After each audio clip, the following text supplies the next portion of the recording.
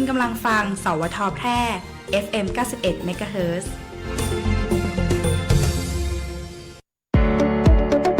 ที่นี่สถานีวิทยุกระจายเสียงแห่งประเทศไทยจังหวัดแพร่ส่งกระจายเสียงด้วยระบบ FM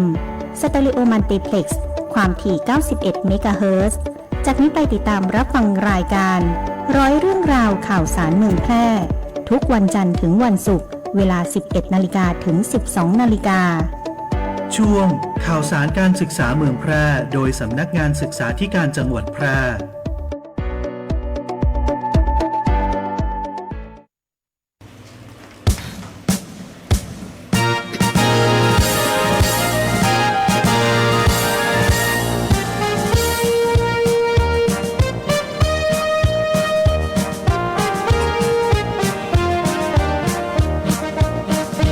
สำนักงานศึกษาธิการจังหวัดแพร่จิตแน่วแน่บริการสวัสดีค่ะท่านผู้ฟังแล้วก็ท่านผู้ชมทาง FM 91 เมกะเฮิรตซ์ สวทแพร่นะคะกลับมาพบกับรายการร้อยเรื่องราวข่าวสารเมืองแพร่ค่ะช่วงข่าวสารการศึกษาเมืองแพร่โดยสำนักงานศึกษาธิการจังหวัดแพร่ค่ะวันนี้ดิฉันสรัญญาแสงกล้าค่ะนักวิชาการศึกษาสำนักงานศึกษาธิการจังหวัดแพร่ได้รับมอบหมายจากท่านสุทินจันทรวรเชษฐ์ค่ะให้มาดำเนินรายการในวันนี้นะคะวันนี้นะคะในห้วงสัปดาห์ที่ผ่านมานะคะก็มีข่าวสารมากมายเลยนะคะทั้งในส่วนของที่ดำเนินการที่จังหวัดแพร่เองแล้วก็ในพื้นที่ของสำนักงานศึกษาธิการภาค 16 นะคะโดยเมื่อวันที่ระหว่างวันที่ 17 ถึง 18 สิงหาคม 2568 นะคะท่านรัฐมนตรีว่าการกระทรวงศึกษาธิการนะคะศาสตราจารย์ดร.นฤมลพินโยสินวัฒน์นะคะรัฐมนตรีว่าการกระทรวงศึกษาธิการนะคะก็ได้ลงพื้นที่ตรวจเยี่ยมสถานศึกษาที่ได้รับผลกระทบจากพายุวิภาในพื้นที่ของจังหวัดพะเยานะคะโดย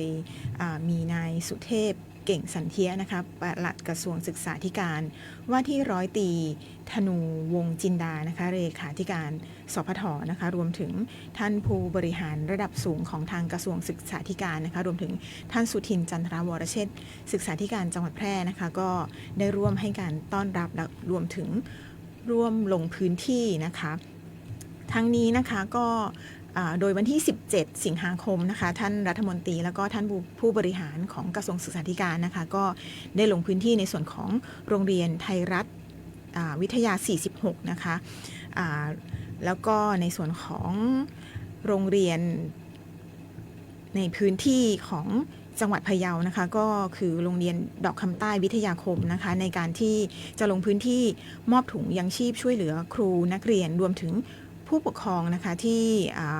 ได้รับผลกระทบจากน้ำท่วมในส่วนของพายุวิภาเองนะคะในส่วนของสถานที่ถัดมาที่ท่านรัฐมนตรีแล้วก็ท่านผู้บริหารนะคะได้ลงพื้นที่ก็คือที่โรงเรียนบ้านทุ่งหลวงนะคะซึ่งเป็นสถานที่ตั้งศูนย์ซ่อมสร้างเพื่อชุมชนนะคะ Fix It Center นะคะ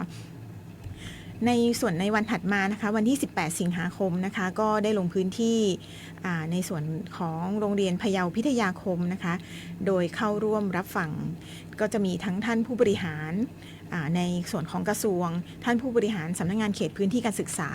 ผู้บริหารด้านการศึกษาในเขตพื้นที่ภาคเหนือนะคะทั้ง17จังหวัดภาคเหนือนะคะเข้าร่วมรับนโยบายจากท่านรัฐมนตรีนะคะณหอประชุม80ปีโรงเรียนพะเยาพิทยาคมสำนักงานเขตพื้นที่การศึกษา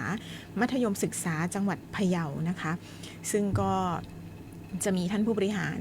จากทั้ง17จังหวัดภาคเหนือนะคะในส่วนของการรับฟังนโยบายจากท่านรัฐมนตรีในครั้งนี้นะคะส่วนข่าวถัดมานะคะก็จะเป็นข่าวจากทางสำนักงานศึกษาธิการจังหวัดแพร่นะคะก็ได้มีการมอบเกียรติบัตรให้แก่คุณครูผู้สอนในการคัดเลือกสื่อวิดิทัศน์ประกอบแผนการจัดการเรียนรู้หลักสูตรต้านทุจริตศึกษารายวิชาเพิ่มเติมการป้องกันการทุจริตนะคะโดยเมื่อวันที่15 สิงหาคม 2568 นะคะนายสุทินจันทรวรเชษฐ์ศึกษาธิการจังหวัดแพร่นะคะก็ได้มีพิธีเป็นท่านประธานในการที่มอบเกียรติบัตรให้แก่คุณครูผู้สอนในการคัดเลือกสื่อวิดิทัศน์ประกอบแผนการจัดการเรียนรู้หลักสูตร ต้านทุจริตศึกษารายวิชาเพิ่มเติมการป้องกันการทุจริตนะคะภายใต้โครงการขับเคลื่อนหลักสูตรต้านทุจริตศึกษาแล้วก็เสริมสร้างการต่อต้านการทุจริตแล้วก็การประพฤติมิชอบของทางสำนักงานศึกษาธิการจังหวัดแพร่ประจำปีงบประมาณ 2568 นะคะซึ่งการจัดทำวิดีทัศน์ประกอบสื่อประกอบการสอนนี้นะคะก็เป็นในส่วนของรายวิชาการป้องกันการทุจริตนะคะภายใต้โครงการขับเคลื่อนหลักสูตรต้านทุจริตศึกษาแล้วก็เสริมสร้างการต่อต้านการทุจริตและประพฤติมิชอบนะคะโดยมีวัตถุประสงค์เพื่อที่จะส่งเสริมแล้วก็สนับสนุนให้คุณครูและบุคลากรทางการศึกษาสังกัดสำนักงานคณะกรรมการส่งเสริมการศึกษาเอกชนในจังหวัดแพร่นะคะได้ใช้สื่อแล้วก็เทคโนโลยีสร้างสื่อวิดีทัศน์เพื่อใช้ในการจัดกิจกรรมการเรียนรู้ตามแผนการจัดการเรียนรู้หลักสูตรต้านทุจริตศึกษารายวิชาเพิ่มเติม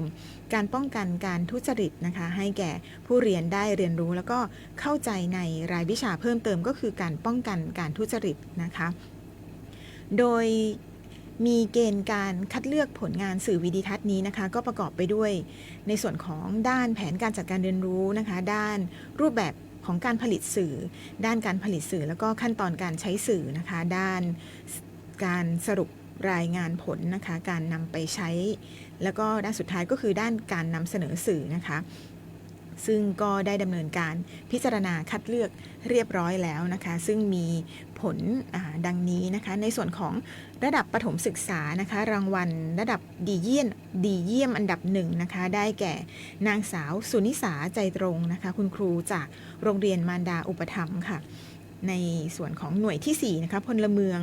กับความรับผิดชอบต่อสังคมค่ะชื่อแผนการจัดการเรียนรู้ก็คือการปฏิบัติตามกฎระเบียบในรั้วมารดาอุปถัมภ์นะคะซึ่งเป็นการจัดการเรียนการสอนในชั้นประถมศึกษาปีที่1นะคะในเรื่องของนิทานคุณธรรมน้องมีมี่กับเรื่องวิ่งในห้องเรียนนะคะรางวัลดีเยี่ยมอันดับ2ค่ะได้แก่นางสาววรรักษ์เสมอใจค่ะคุณครูโรงเรียนเจริญศิลป์ในหน่วยที่1ก็คือการคิดแยกแยะระหว่างผลประโยชน์ส่วนตนและผลประโยชน์ส่วนรวมค่ะชื่อแผนการจัดการเรียนรู้ก็คือการคิดแยกแยะของใช้ส่วนตนและส่วนรวมค่ะในชื่อเรื่องของแยกแยะดีมีความสุขค่ะรางวัลระดับดีมากค่ะได้แก่นางสาวพุทธิตาระเบียบค่ะคุณครูจากโรงเรียนเจริญราษฎร์หน่วยที่1นะคะก็คือการคิดแยกแยะระหว่างผลประโยชน์ส่วนตนและประโยชน์ส่วนรวมค่ะจะเป็นการจัดการเรียนการสอนในระดับชั้นมัธยมศึกษาปีที่3นะคะในชื่อเรื่องของเรื่องแยกให้ออกใจจะแจ่มใสค่ะแล้วก็รางวัลระดับดีมากอีก1รางวัลนะคะก็คือนายสุริยาแสงสายค่ะคุณครูจากโรงเรียนเจริญราษฎร์ค่ะในหน่วยที่2ก็คือความละอายและความไม่ทนต่อการทุจริตค่ะจะเป็นการจัดการเรียนการสอนในระดับชั้นมัธยมศึกษาในส่วนของชั้นขอโทษค่ะเป็นในส่วนของชั้นประถมศึกษาปีที่6นะคะในเรื่องของทางเลือกของ P ค่ะซึ่งเป็นแผนการจัดการเรียนรู้ในเรื่องของความละอายและความไม่ทนต่อการทุจริตในระดับประเทศค่ะมาดูกันที่รางวัลในส่วนของระดับมัธยมศึกษาตอนต้นค่ะระดับดีมากได้แก่นางสาวสุดารัตน์ยศพรหมค่ะครูโรงเรียนเจริญราษฎร์ค่ะแผนการจัดการเรียนรู้ลักษณะความละอายและความไม่ทนต่อการทุจริตซึ่งเป็นการจัดการเรียนการสอนในระดับชั้นมัธยมศึกษาปีที่3ค่ะในเรื่องเกรด4วิชาลอกและในส่วนของระดับมัธยมศึกษาตอนปลายค่ะก็ได้รางวัลระดับดีมากก็คือนายอภิชาติเหมืองเพิ่มคุณครูจากโรงเรียนเจริญราษฎร์นะคะในหน่วยการเรียนรู้ที่2ก็คือความละอายและความไม่ทนต่อการทุจริตค่ะซึ่งใช้ในการจัดการเรียนการสอนในชั้นระดับมัธยมศึกษาปีที่5ค่ะในเรื่องของการต้านทุจริตค่ะมาดูที่ข่าวถัดมานะคะทางสำนักงานศึกษาธิการจังหวัดแพร่เองก็ได้มีการมอบเกียรติบัตรให้แก่ผู้ได้รับการคัดเลือก Best Practice นะคะการจัดการเรียนรู้ที่ส่งเสริมความฉลาดรู้ของผู้เรียนตามมาตรฐานสากลพิซซ่าโรงเรียนเอกชนในจังหวัดแพร่นะคะโดยเมื่อวันที่15สิงหาคม2568ค่ะนายสุทินจันทรวรเชษฐ์ศึกษาธิการจังหวัดแพร่ค่ะ เป็นประธานในการมอบเกียรติบัตรให้แก่ผู้ได้รับการคัดเลือกวิธีการปฏิบัติที่เป็นเลิศ Best Practice นะคะการพัฒนาการจัดการเรียนรู้ที่ส่งเสริมความฉลาดรู้ผู้เรียนตามมาตรฐานสากลพิซซ่าโรงเรียนเอกชนจังหวัดแพร่ประจำปีงบประมาณ 2568 ค่ะก็ประกอบไปด้วยในส่วนของด้านที่1นะคะก็คือด้านการอ่านค่ะรางวัลชนะเลิศระดับยอดเยี่ยมได้แก่นางสาวกัญญาพรหมวังค่ะคุณครูจากโรงเรียนเจริญราษฎร์ค่ะรางวัลรองชนะเลิศอันดับดีมาก2รางวัลนะคะได้แก่นางสาวสุพิชยากาวินโรงเรียนเทพนารีค่ะแล้วก็นางสาวเจมิกาหมายดีค่ะคุณครูจากโรงเรียนเทพพิทักษ์วิทยาค่ะในด้านที่2นะคะก็คือด้านคณิตศาสตร์ค่ะรางวัลชนะเลิศระดับยอดเยี่ยมได้แก่นางสาวอันทิกามอดมูลค่ะคุณครูจากโรงเรียนเทพนารีค่ะรางวัลรองชนะเลิศระดับดีมาก2รางวัลนะคะได้แก่นางสาวนิธินีปัญญามากค่ะคุณครูจากโรงเรียนเทพพิทักษ์วิทยาค่ะแล้วก็นางสาวอัญญนากองโกยค่ะคุณครูจากโรงเรียนเจริญราษฎร์ค่ะในด้านที่3ค่ะเป็นด้านของวิทยาศาสตร์ค่ะรางวัลชนะเลิศระดับยอดเยี่ยมนะคะก็ได้แก่นายดานุพงศ์สะอาดล้วนค่ะคุณครูจากโรงเรียนเทพนารีค่ะรางวัลรองชนะเลิศอันดับ1ระดับดีมากอันดับ1นะคะได้แก่นางสาวธนพรพลอยเพชรค่ะคุณครูจากโรงเรียนเทพพิทักษ์วิทยาค่ะแล้วก็รางวัลรองชนะเลิศระดับดีมากอันดับ2ได้แก่นางสาววราวรรณวงญาติคุณครูจากโรงเรียนเจริญราษฎร์ค่ะก็ขอแสดงความยินดีกับคุณครูที่ได้รับรางวัลในด้านของการอ่านด้านคณิตศาสตร์ด้านวิทยาศาสตร์จากการคัดเลือกวิธีปฏิบัติที่เป็นเลิศ Best Practice การพัฒนาการเรียนรู้ที่ส่งเสริมความฉลาดรู้ของผู้เรียนตามมาตรฐานสากลพิซซ่านะคะของโรงเรียนเอกชนในจังหวัดแพร่ค่ะ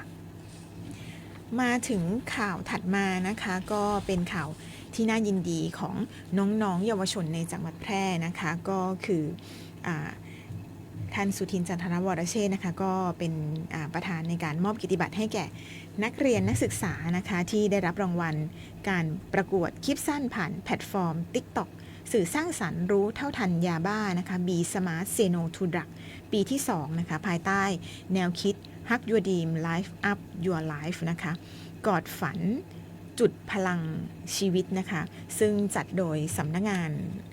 ปปสนะคะซึ่งรางวัลนี้เองก็จะเป็นในส่วนของรางวัลในระดับจังหวัดนะคะซึ่งการประกวดในครั้งนี้นะคะก็ได้รับการสนับสนุนกิจกรรมดีๆจากทางสำนักงานปปสนะคะโดยเป็นการประกวดผ่านแพลตฟอร์ม TikTok นะคะก็จะมีกลุ่มเป้าหมายก็ได้แก่เด็กและเยาวชนที่กำลังศึกษาอยู่ในระดับชั้นมัธยมศึกษานะคะตอนต้นแล้วก็ระดับมัธยมศึกษาตอนปลายอาชีวะหรือเทียบเท่านะคะระหว่างอายุ13ถึง19ปีนะคะซึ่งการประกวดในครั้งนี้นะคะก็ได้จัดขึ้นในระดับจังหวัดทั้ง76จังหวัดนะคะรวมถึงกรุงเทพมหานครนะคะแล้วก็จะได้มีการประกวดในระดับประเทศต่อไปนะคะซึ่งก็จะเป็นการชิงรางวัลในส่วนของระดับจังหวัดแล้วก็ระดับประเทศนะคะซึ่งในครั้งนี้เองนะคะก็เป็นการมอบรางวัลในระดับจังหวัดนะคะในส่วนของรางวัลระดับมัธยมศึกษาตอนต้นนะคะก็มีด้วยกัน3รางวัลนะคะก็ได้แก่รางวัลชนะเลิศได้แก่ทีม Dream Perfect นะคะจากโรงเรียนวังชินวิทยานะคะเงินรางวัลมูลค่า 50,000 บาทนะคะได้แก่เด็กหญิงชยานิจใจศรีธินะคะนางสาวดาริกาศรีจันแดง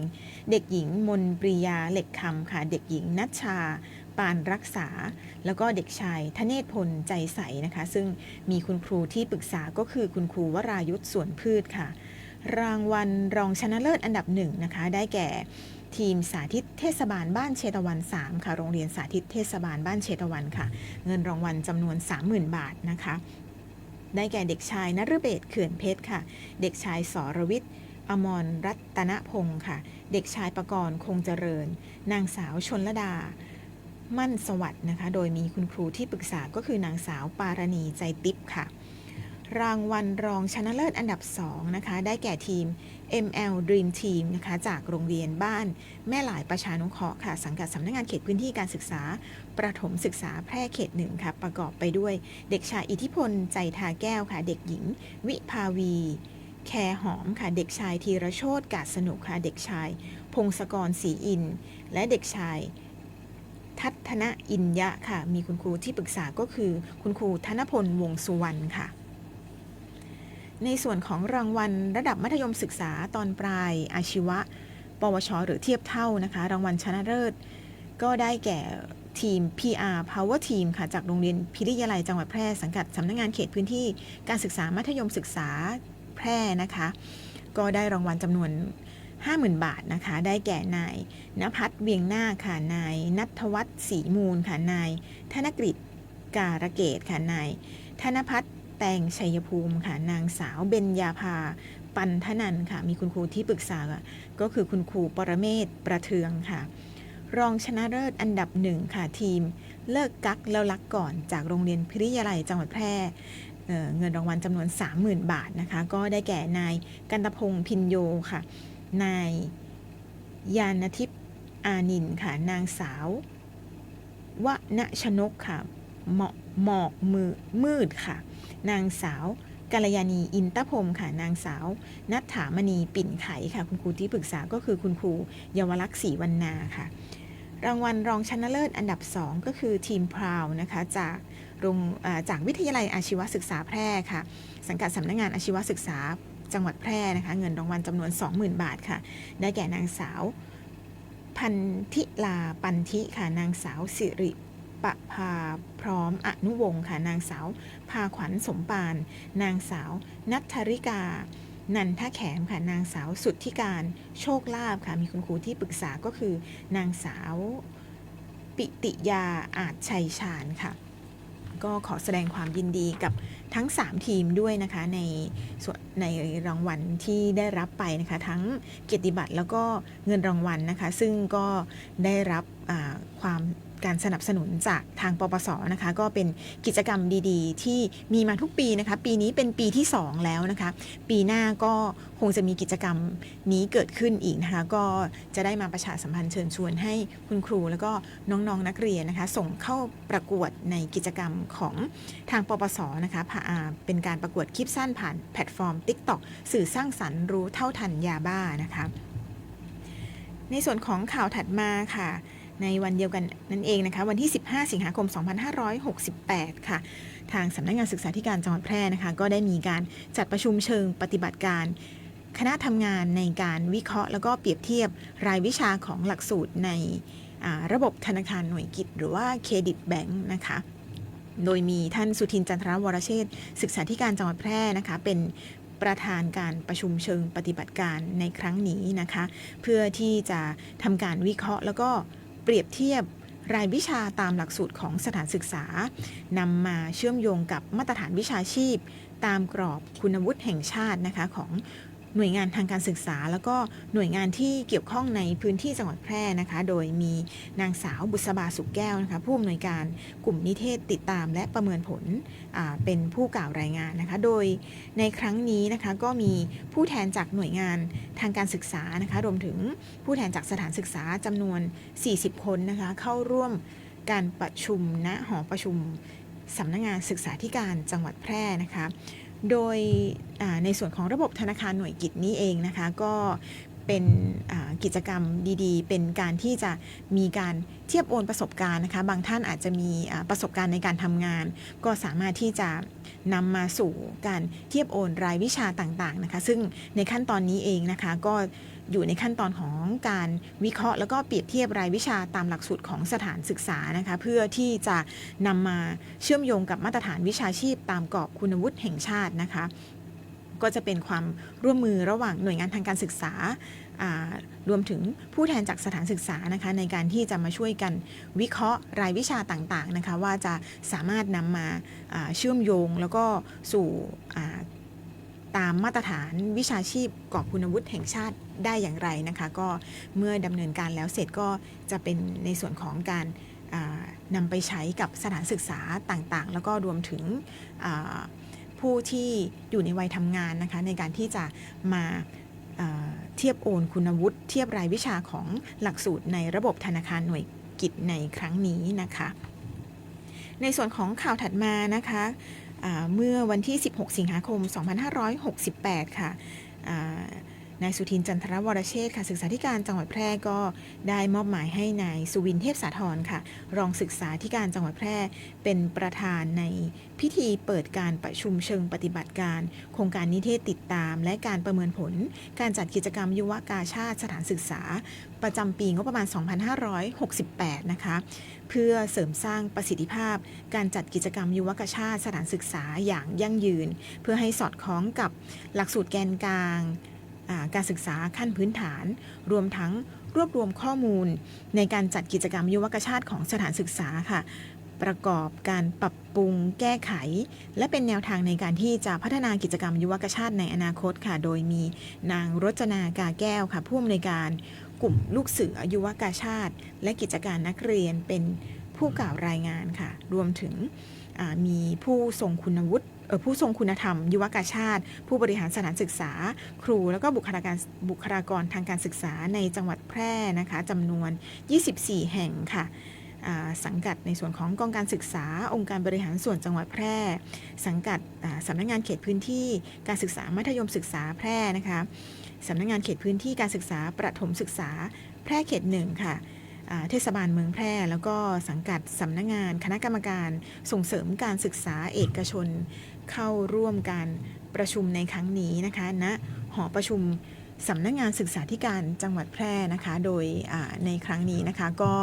ได้รับความอนุเคราะห์จากผู้ทรงคุณธรรมทางยุวกาชาตินะคะมาให้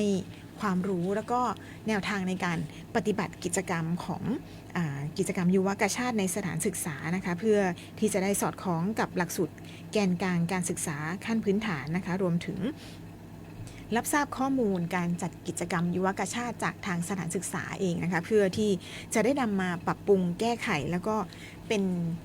เพื่อเป็นแนวทางในการดำเนินกิจกรรมยุวกาชาติของสถานศึกษาในจังหวัดแพร่ต่อไปนะคะก็ได้รับความร่วมมือเป็นอย่างดีจากหน่วยงานทางการศึกษานะคะที่ได้ส่งบุคลากรทางการศึกษาคุณครูนะคะเข้าร่วมกิจกรรมในครั้งนี้นะคะก็ได้รับความร่วมมือจากคุณครูในการที่จะร่วมกิจกรรมด้วยนะคะก็เป็นกิจกรรมดีๆที่ทางสำนักงานศึกษาธิการจังหวัดแพร่ได้ดำเนินการไปเมื่อวันที่16 สิงหาคม 2568 ค่ะมาถึงข่าวลำดับถัดมานะคะทางสำนักงานศึกษาธิการจังหวัดแพร่นะคะก็ได้จัดประชุมผู้บริหารโรงเรียนเอกชนนอกระบบของจังหวัดแพร่ครั้งที่1/2568นะคะเมื่อวันที่15 สิงหาคม 2568 ค่ะท่านสุทินจันทรวรเชษฐ์ค่ะศึกษาธิการจังหวัดแพร่ค่ะเป็นประธานในการประชุมผู้บริหารโรงเรียนเอกชนนอกระบบจังหวัดแพร่นะคะครั้งที่1/2568 ค่ะโดยมีนางสาวยานิสายวงแก้วค่ะผู้อำนวยการกลุ่มส่งเสริมการศึกษาเอกชนค่ะนางสาวภักธิราธนัญชัยค่ะนักวิชาการศึกษาชำนาญการค่ะรวมถึงนางแพรวพันธ์สุนันตะค่ะนักวิชาการศึกษาชำนาญการสำนักงานศึกษาธิการจังหวัดแพร่ค่ะรวมถึงผู้บริหารโรงเรียนเอกชนนอกระบบของจังหวัดแพร่ค่ะเข้าร่วมประชุมณโรงเรียนดาราการดนตรีแพร่ค่ะอำเภอเมืองแพร่จังหวัดแพร่ค่ะซึ่งการประชุมในครั้งนี้นะคะก็ได้รับความร่วมมือจากท่านผู้บริหารโรงเรียนเอกชนนอกระบบนะคะในการที่จะเข้ามาพูดคุยแลกเปลี่ยนเรียนรู้ในการดำเนินกิจกรรมรวมถึงการเข้าสู่ระบบนะคะว่ามีแนวทางในการที่จะดำเนินการอย่างไรให้สู่ระบบของการศึกษานอกระบบของจังหวัดแพร่นะคะรวมถึงเป็นภาคีเครือข่ายซึ่งกันและกันนะคะในการที่จะแลกเปลี่ยนเรียนรู้การจัดกิจกรรมระหว่างโรงเรียนการแลกเปลี่ยนเรียนรู้ในการที่จะบริหารงานการศึกษานอกโรงเรียนเอกชนนอกระบบนะคะของจังหวัดแพร่ในครั้งนี้นะคะก็ได้รับความร่วมมือเป็นอย่างดีนะคะก็มีการจัดประชุมกันที่โรงเรียนดาราการดนตรีแพร่นะคะซึ่งก็ได้รับความอนุเคราะห์จากท่านสุทินจันทรวรเชษฐ์นะคะศึกษาธิการจังหวัดแพร่เป็นประธานการประชุมดังกล่าวนะคะมาถึงข่าวถัดมานะคะก็เมื่อวันที่13 สิงหาคมค่ะ 2568 ค่ะ